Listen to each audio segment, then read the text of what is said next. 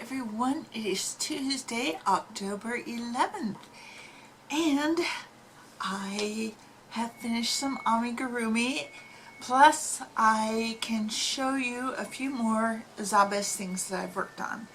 So, in no particular order, I'm going to show this one. Now this is the Lionfish. I can't remember his name particularly.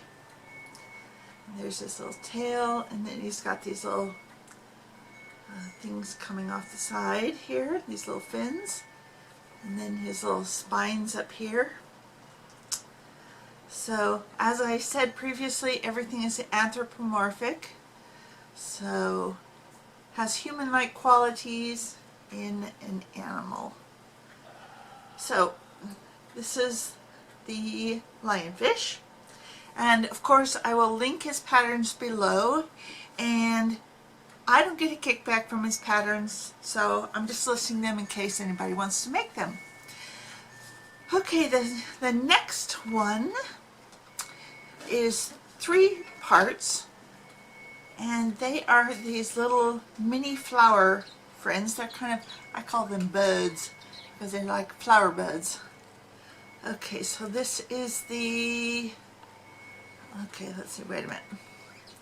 Okay, this is the snowdrop, or the snowdrop flower. Okay, just a little bud. And he's got 1 leaf and his little 2 arms. Okay. This is the poppy. There's the poppy flower and the little poppy. I think I put the eyes too far apart. I need to put them closer together.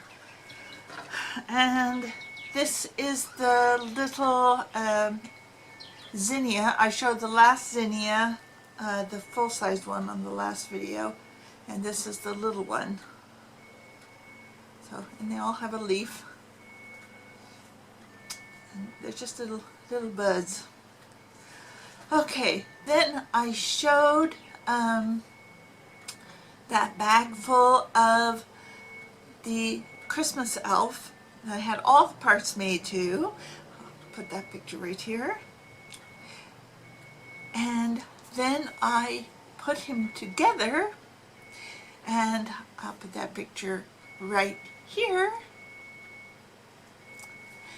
But then I decided that because he was Christmas elf, he needed to have some presents with him. So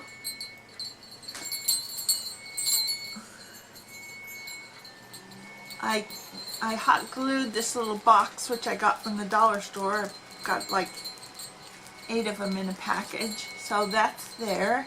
And then he's got 2 little dollies in his arms. So yeah, that's my little Christmassy elf. And you can see he's got little pointed shoes, and they've got bells on them. And so yeah, he's just a happy little elf. I can say, I must just say, be careful when you make heads that you don't overstuff them, because then things don't fit properly necessarily. I'm not crazy about this pattern. I made all the hair pieces, but still he's got a bald spot back here, so I may make another hair piece and just attach it there, cover that up. He was not the favorite pattern I have ever made. You know, I don't want to ever criticize another pattern maker's pattern, but just the way that the hair was made, you sewed on all the hair pieces, and you sewed on the cap on top, the hair cap on top of that. It was just lumpy, and so that made sewing the hat on kind of lumpy and uneven. So I didn't like that at all. But otherwise, the rest of him is cute. So, and the way that his legs are made, they even have like a little bend in them to make him look like he's got bent legs. So anyhow, there he is. Now, one thing that I would say about anything where you've got to sew on the legs separately, and let me just show you underneath, is find your center point, because he was built from the head down. And you want to sew your legs in front of that center point. So you just have to draw an imaginary line and make sure your legs are sewn in front. Because if you sew the legs to the back of that center point, then he'll never sit up, he'll just flop back. And so you also want to make sure that the front of the legs are not stuffed too close to the body, because that's got to lay flat. So I actually have him a little overstuffed in the legs. Keep trying to squish it down so he'll sit better. But anyways, there he is. Isn't he cute? Little jingle bells. There he is. Okay, he can go back on the shelf. So right now I am working on another Zabez test, and it's 2 pieces this time, and 2 bigger pieces. I mean, they're about this size, but they're not ocean related. So that's interesting. So yeah, of course I can't show them, but yeah, I'm working on 2 of those. So I still have another Zabez piece that I just finished, I don't know, several days ago, and I can't show it because he hasn't made it public yet. So probably by the time of the next video I will show it. And news on the house. Okay, let's see. Last time I talked to you, which was last Thursday, we had just gotten the keys. Then we went back on Friday and had the asbestos tested, and that took hours for the testing. And you don't get the results right then, you just do the testing, and so it just took hours. And in the meantime, I watered all the plants. That's going to sort of be like my domain, is the plants.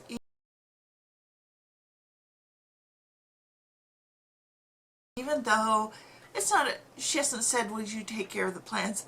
That's just something that I want to do. Okay, and so then we went back on Saturday. And I should say it's an hour round, or it's an hour each way, because it takes a half hour just to get to the freeway, and then it's another half hour on the freeway, even though the place is only 33.5 miles away. Anyhow, so we went back on Saturday, we met with the contractor, and then afterwards she ordered her new appliances. And then today, because yesterday, of course, everything was closed for Columbus Day, so today's the first business day of the week. So today she got the asbestos results, and she was prepared to pay, you know, this much. Now she's only going to pay this much because there's only asbestos in one small area. So, so I guess the next thing is she'll schedule the asbestos remediation, because that has to be done before the contractor can do any work in there. And then we go back there on Saturday to meet with the electrician, because like the air conditioner, there's 2 air conditioners for the whole, hers and mine, but the one that functions in mine also functions halfway through hers. So she wants to get that cut off so that it just functions for mine, and then she'll get a bigger unit for hers that covers her whole house. But she has to figure out how to work that, you know, who needs to come out and redo that stuff. So we've got that to figure out. And then all the electrical outlets were installed upside down. So supposedly that was kind of a thing in the, well, this house was built in 1959, so it was sort of a thing back then to put them upside down. I don't know why, but they're not up to code, so they have to all be flipped and probably even some of them replaced, because who knows how old some of them are. In my next door neighbor's house, there were some light switches we recently had to replace, and yeah, they were from the 1950s, and yeah, they got fixed. So still don't know when I'm moving out there, but I'm going to just say late spring. In the meantime, I'm just crocheting away and just trying to get rested on these days when we're not driving, because it's exhausting to go out there. And yeah, that's about it for right now. I will talk to you all soon. Have a great rest of the week. Bye-bye.